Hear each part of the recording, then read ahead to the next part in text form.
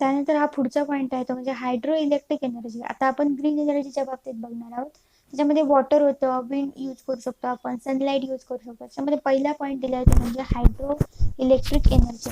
So kinetic energy in flowing water or the potential energy in water reservoir is conventional source of energy. आता kinetic energy आहे बघा, flowing water जे असेल त्याच्यामध्ये energy आहे. So kinetic energy in the flowing water or the potential energy in the water reservoir is conventional source of energy.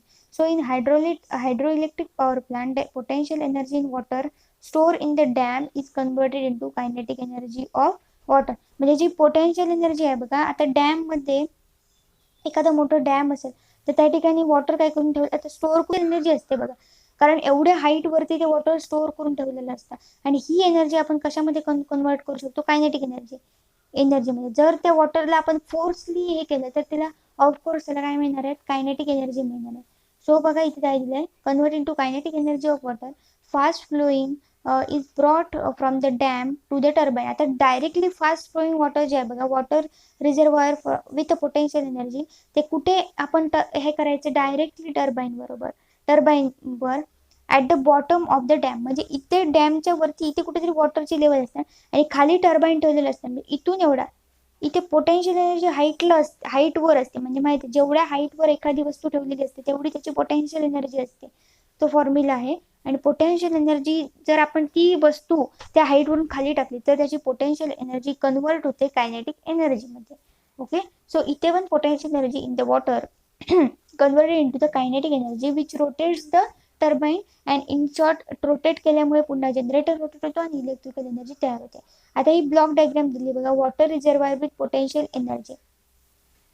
आता water reservoir आहे with potential energy, म्हणजे वॉटर स्टोअर करून ठेवलेलं आहे डॅम मध्ये आणि ते डायरेक्टली वॉटर तुम्ही कुठे आता इंजेक्ट करणार आहात, डायरेक्टली तुम्ही इंजेक्ट करणार आहात टर्बाईन मध्ये. म्हणजे असं वॉटर स्टोअर करून ठेवलेलं आहे, इथून वॉटर डिरेक्टली ह्या खाली असलेल्या टर्बाईन वर येणार, हा पुन्हा जनरेटरला ऍक्टिव्हेट करणार टर्बाईन आणि त्यानंतर इलेक्ट्रिसिटी तयार होणार. So water reservoir with potential energy, water turbine, generator आणि इलेक्ट्रिकल एनर्जी. आता इथे काय होतंय तर electrical generation using the wind. आता हे झालं हायड्रोलिक. आता ह्या साईडला काय दिले तर विंड किंवा वाऱ्यापासून कसे जनरेट करतात एनर्जी ते दिलंय इथे. सो बघूया आपण, दुसरा पॉईंट आहे तो मी एकाच ह्याच्यात घेतलाय दोन्ही point. So this is a hydro electric, म्हणजे कसं वॉटर पासून करणार तुम्ही एनर्जी, आणि ह्याचं तुम्हाला स्कीमॅटिक दिलेलं नाहीये. So electrical generation using the wind energy, मग पोटेन्शियल एनर्जी इन वॉटर.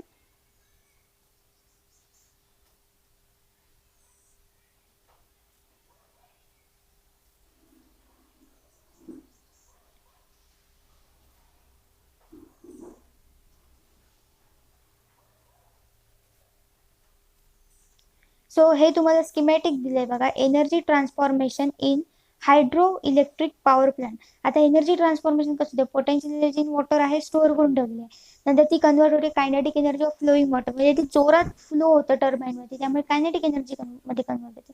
नंतर कायनेटिक एनर्जी कोणाला मिळते, टर्बाईनला मिळते, त्यानंतर जनरेटरला मिळते, त्यानंतर इलेक्ट्रिकल एनर्जी तयार होते. Okay, so schematic of the hydro electric power plant is given in the figure. आता ह्याचं स्कीमॅटिक बघा कसं आहे. सो फक्त तुम्हाला स्कीमॅटिक दिलंय इथे, बाकी काय नाही दिलंय. आणि इथे जनरेटर आहे, टर्बाईन आहे, इथे वॉल आहे, इथे डॅम असेल हे. सो हे डॅम मधून इथून पेन स्टॉक, आणि इथे टर्बाईन मध्ये हे वॉटर येते बघा या वॉल मधून, आणि इथून हे टर्बाईन रोटेट होते आणि ते जनरेटर मध्ये येते. हे पॉवर हाऊस आहे ज्या ठिकाणी पॉवर तयार होते. सो तुम्हाला एवढंच दिलंय त्यांनी, जास्त काही दिलं नाहीये. Water from the middle of the total height of the dam is taken in to the turbine. इथून मिडल हाईट ऑफ द, म्हणजे खाली डॅम असणार आहे पूर्ण, इथून मिडल वरून कुठून तरी वॉटर जोरात येणार, टर्बाईनला एनर्जी देणार, कायनेटिक एनर्जी, टर्बाईन जनरेटरला एनर्जी देणार, जनरेटर मूव्ह करणार, रोटेट करणार, ज्याचं पण इलेक्ट्रिकल एनर्जी जनरेट करणार. So this is about the hydro electric energy. हे काय आहे हायड्रो इलेक्ट्रिक एनर्जी बद्दल. सो इथे तुम्हाला काही ॲडव्हान्टेजेस दिले आहेत आणि ॲज वेल एज प्रॉब्लेम सुद्धा दिले आहेत. सो ॲडव्हान्टेजमध्ये सिन्स नो फ्यूल, कोणतेही फ्यूल इथे बर्न केले जात नाही, त्यामुळे कोणतेही पोल्युशनचा प्रॉब्लेम नाही. म्हणजे सेकंड म्हणजे वॉटर स्टोरेज डॅम आहे, त्यामुळे कधीही पण आपण पॉसिबल आहे इलेक्ट्रिसिटी जनरेट करणं. थर्ड म्हणजे water reservoir is use for power generation, it can be replenish, म्हणजे ते पुन्हा साठवलं जाऊ शकतं ड्युरिंग द रेनी सीझनला. त्यामुळे आपण अनइंटरप्टेड इलेक्ट्रिसिटी आपण ते जनरेट करू शकतो. Problems associated with hydro electric power plant. The back water due to the storage of water in dam may submerge villages or towns in that area. So this leads to the problem of rehabilitation. Rehabilitation म्हणजे काय तर समजा एखाद्या ठिकाणी गाव असेल, त्या ठिकाणी आपल्याला समजा डॅम कन्स्ट्रक्ट करायचं असेल, तर तिकडची पूर्ण वस्ती किंवा तिकडच्या सगळ्या लोकांना काय करावं लागतं, दुसरीकडे जावं लागतं. म्हणजे तिथे जनरली कोणतीही लोकवस्ती नसते. So this leads to submerge of forest as well as fertile land. म्हणजे फर्टाईल लँड्स किंवा फॉरेस्ट सगळं सबमर्ज होऊ शकतं, कारण जागा खूप लागते. So second, to obstruction of the flow of river water may have adverse effect on the living world of the river water. म्हणजे रिव्हरचं वॉटर जे आहे त्याच्या फ्लो मध्ये ॲब्स्ट्रॅक्शन होऊ शकतं, त्यामुळे त्याच्या ॲक्वॅटिक लाईफ वरती इफेक्ट होऊ शकतो.